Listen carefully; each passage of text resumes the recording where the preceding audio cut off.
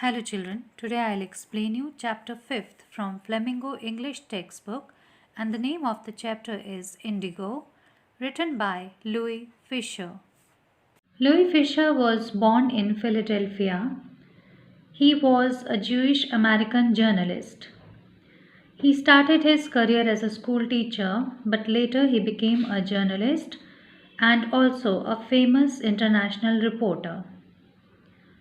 This excerpt, Indigo, has been taken from his book, The Life of Mahatma Gandhi, which Louis had written after having number of interviews of Mahatma Gandhi. He stayed near Mahatma Gandhi's ashram and he conducted daily interviews with the great leader of India.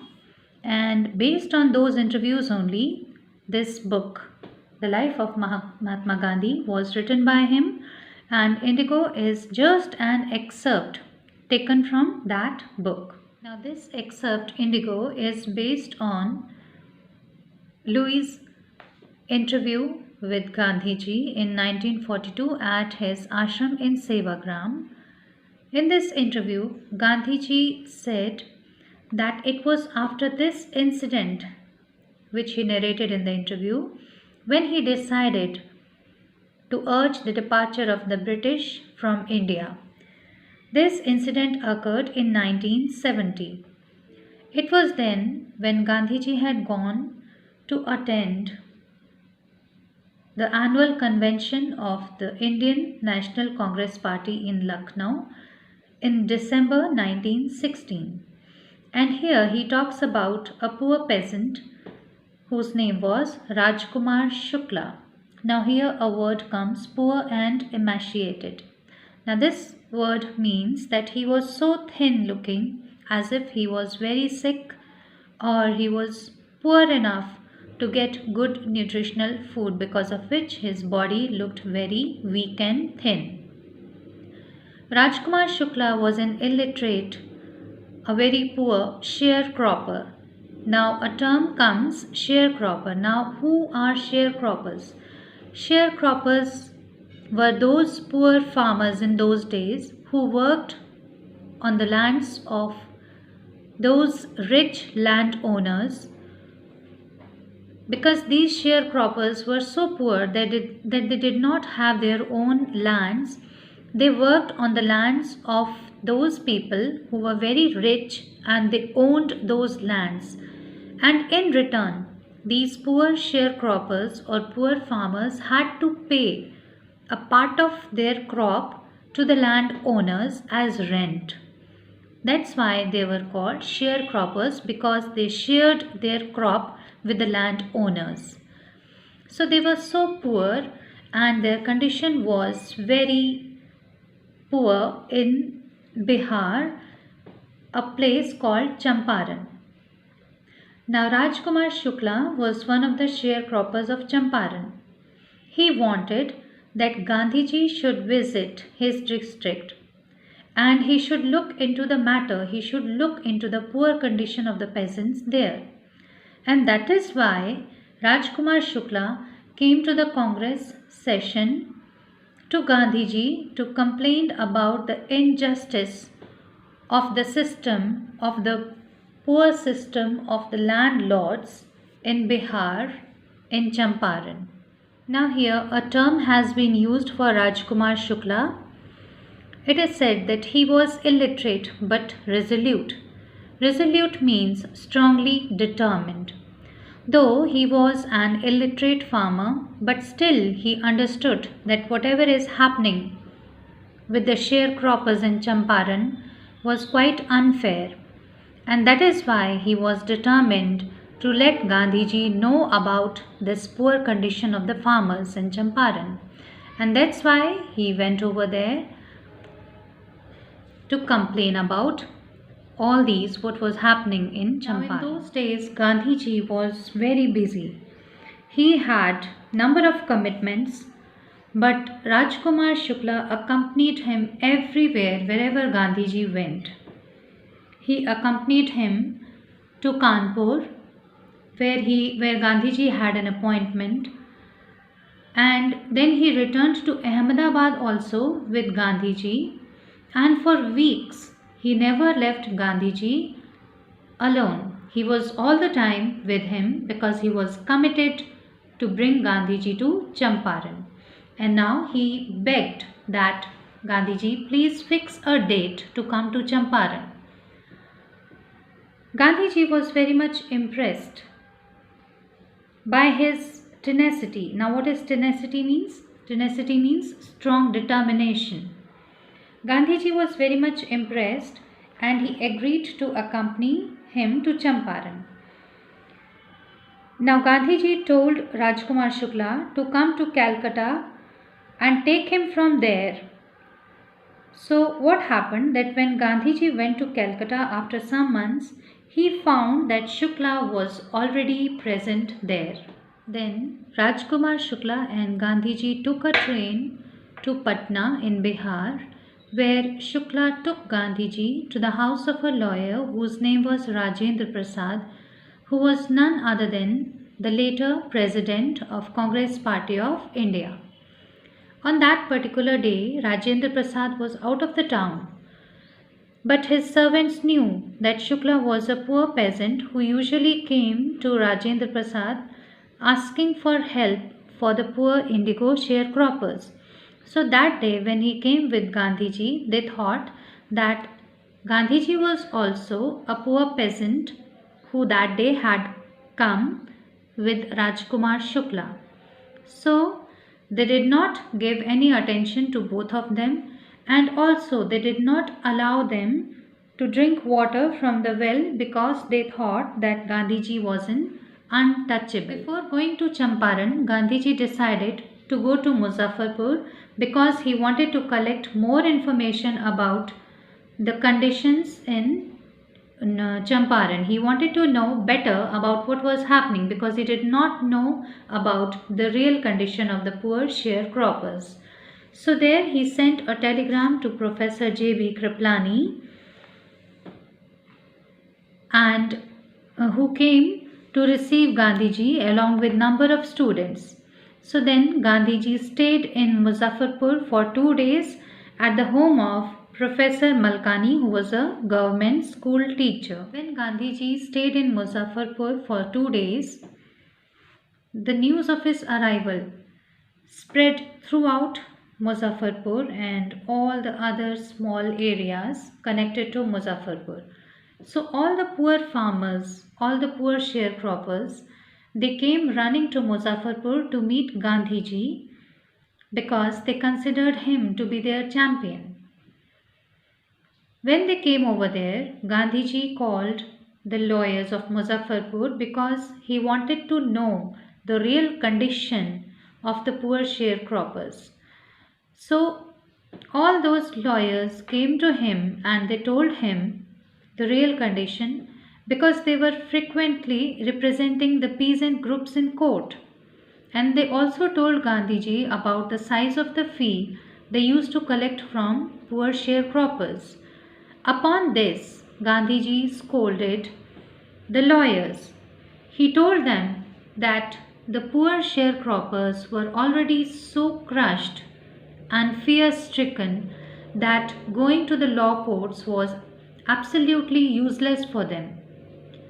What he wanted was that it was not a case to be presented in the court, but he wanted to give a real relief to the poor sharecroppers. He wanted them to be free from fear. Now, what was the sharecropping arrangement? In sharecropping arrangement, whatever land was fit for cultivation in Champaran was divided into large estates.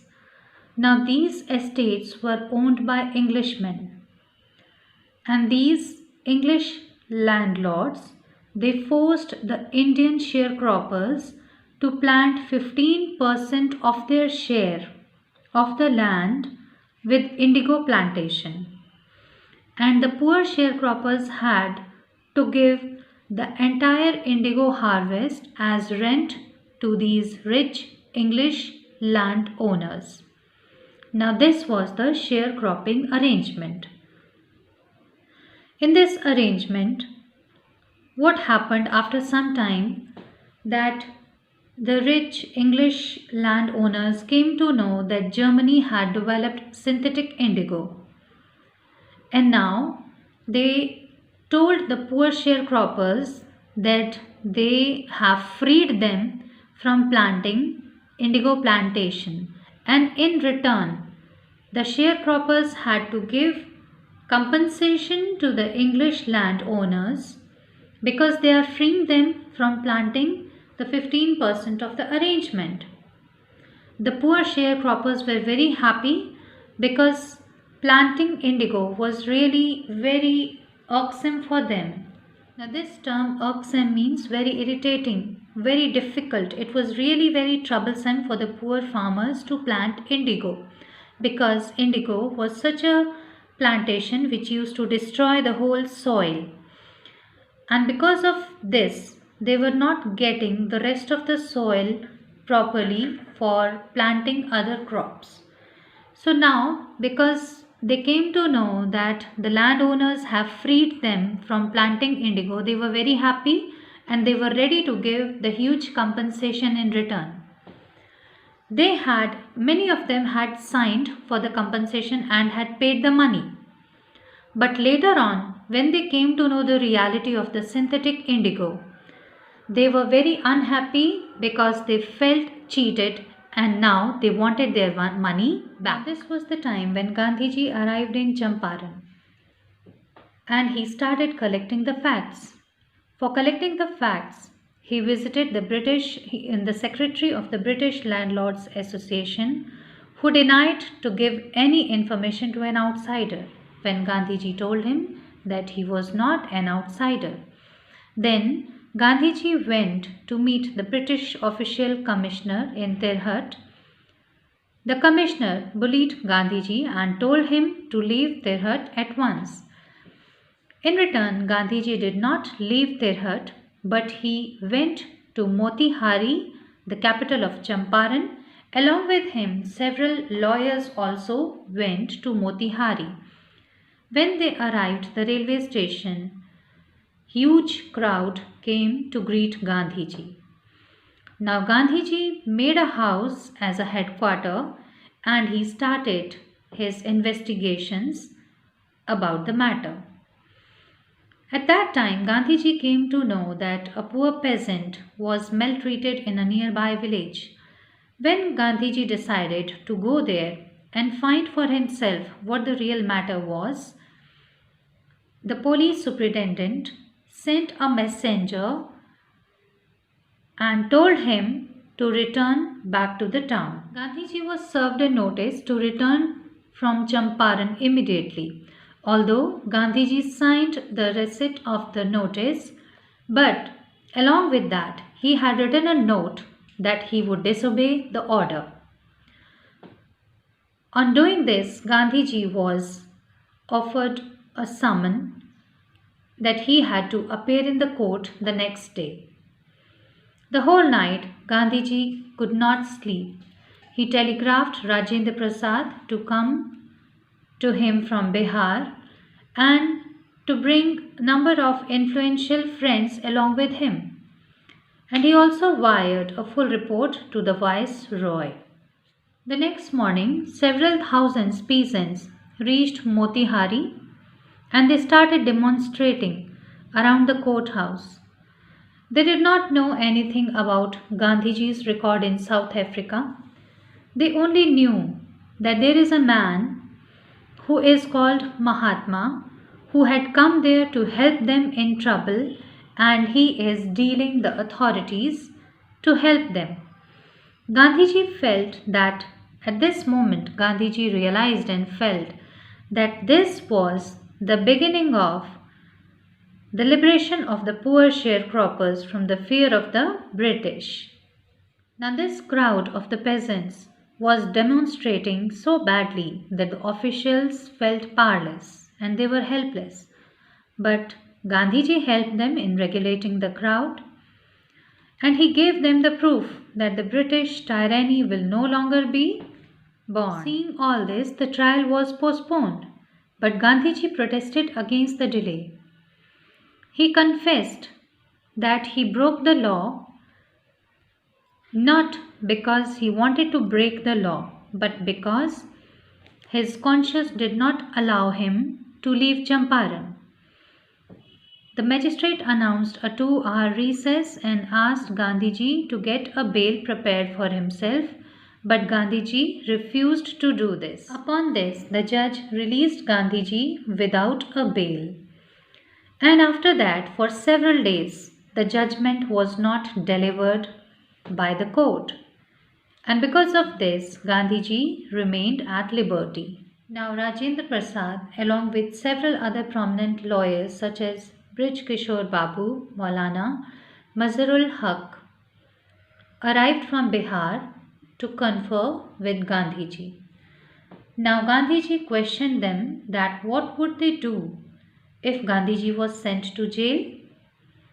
So the senior lawyer replied that they had come to advise and help Gandhiji, and if he was sent to jail, then there would be nobody to advise, and so they would return home. Gandhiji asked them, in that case, what would happen to the injustice that was being done to the sharecroppers? Then lawyers consulted among themselves that if a man like Gandhiji, who was a stranger to that area, was ready to go to jail for the sake of the peasants, then why not they, who were the residents of the adjoining districts and also who had served the peasants for so many years, who had represented the poor peasants in the court, if they would go home, then it would be a matter of shame for them. So they decided and they told Gandhiji that they were ready to follow him into jail. Upon this, Gandhiji said that the battle of Champaran is won. Because it was the case, Gandhiji asked them, in that case, what would happen to the injustice that was being done to the sharecroppers? Then lawyers consulted among themselves that if a man like Gandhiji, who was a stranger to that area, was ready to go to jail for the sake of the peasants, then why not they, who were the residents of the adjoining districts and also who had served the peasants for so many years, who had represented the poor peasants in the court, if they would go home, then it would be a matter of shame for them. So they decided and they told Gandhiji that they were ready to follow him into jail. Upon this, Gandhiji said that the battle of Champaran is won. Now, several days later, Gandhiji received a written communication from the magistrate informing him that the lieutenant government of the province had ordered the case to be dropped.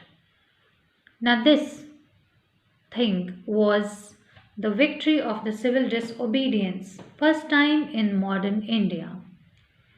Now, after this, Gandhiji and the lawyers proceeded to conduct a far-flung inquiry into the grievances of the farmers. Now what happened? That based on all the evidences, about 10,000 dispositions were written, and the documents were collected. What happened after this was that the landlords started protesting. Now once again Gandhiji was summoned, but this time by Lieutenant Governor Sir Edward Gate. Gandhiji went and met him. Now Gandhiji laid out detailed plans for civil disobedience if he did not return from the summons. The Lieutenant Governor had 4 meetings with Gandhiji, and after that he appointed an official commission to inquire the whole situation. In this situation, Gandhiji was the sole representative of the peasants in the commission. After the official inquiry, huge evidence was found against the landlords.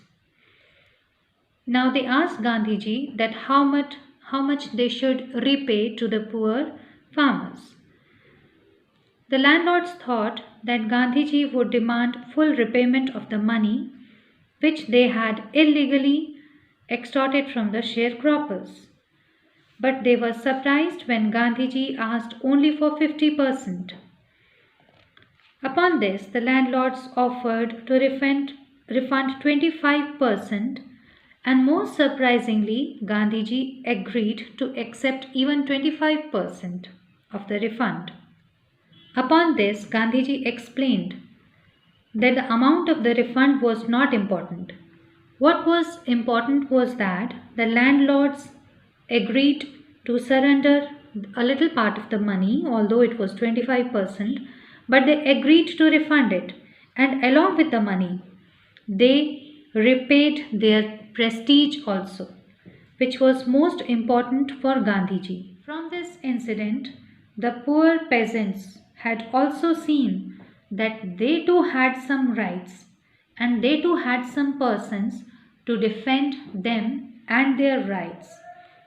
After this incident, according to Gandhiji, the poor peasants learned to have courage to protest against all the unjust things that had been forcibly done to them. After this incident, within a few years only, the British planters had abandoned their estates, and after that, these estates were reverted to the peasants. And as a result, indigo sharecropping completely disappeared, which was a very influential thing that happened in Champaran. But Gandhiji was never satisfied only with the political or economic solutions in Champaran. He also saw the cultural and social backwardness in Champaran villages and wanted to do something about it immediately. So, what happened? That he called for volunteers to help him. His wife Kasturba Gandhi and his younger son also came to Champaran to help him. With their help, Gandhiji opened some primary schools in 6 villages. Kasturba Gandhi taught the ashram rules on personal cleanliness and community sanitation to women and all. Castor oil, quinine, and sulfur ointment were given to those who were ailing from various diseases. Gandhiji noticed the poor and bad condition of women's clothes. He asked Kasturba to talk to them about it.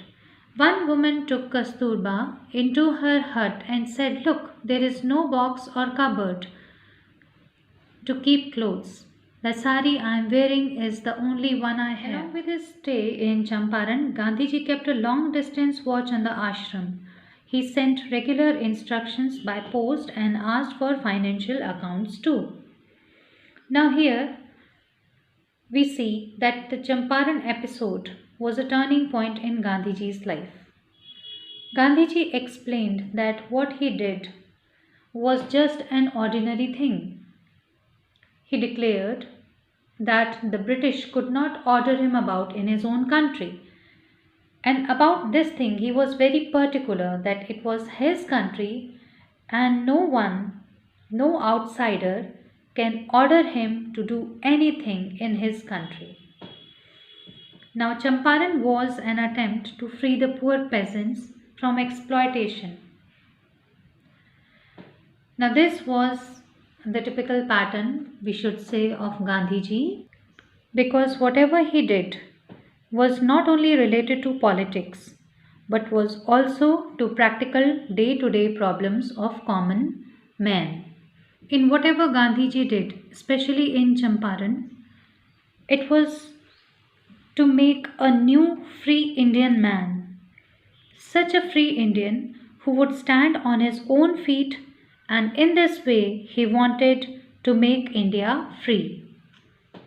Early in Champaran action, Charles Freer Andrews was an English pacifist who became a devoted follower of Mahatma Gandhi, and when he came to bid farewell to Gandhiji before going on a tour of duty to Fiji Islands, Gandhiji's lawyer friends thought that it would be a good idea for Andrews to stay in Champaran and help them. They wanted Andrews to help them. Upon this, Gandhiji opposed the lawyer's suggestion. According to Gandhiji, asking Andrews for help was showing the weakness of their hearts. Gandhiji wanted them to rely upon themselves to win any battle.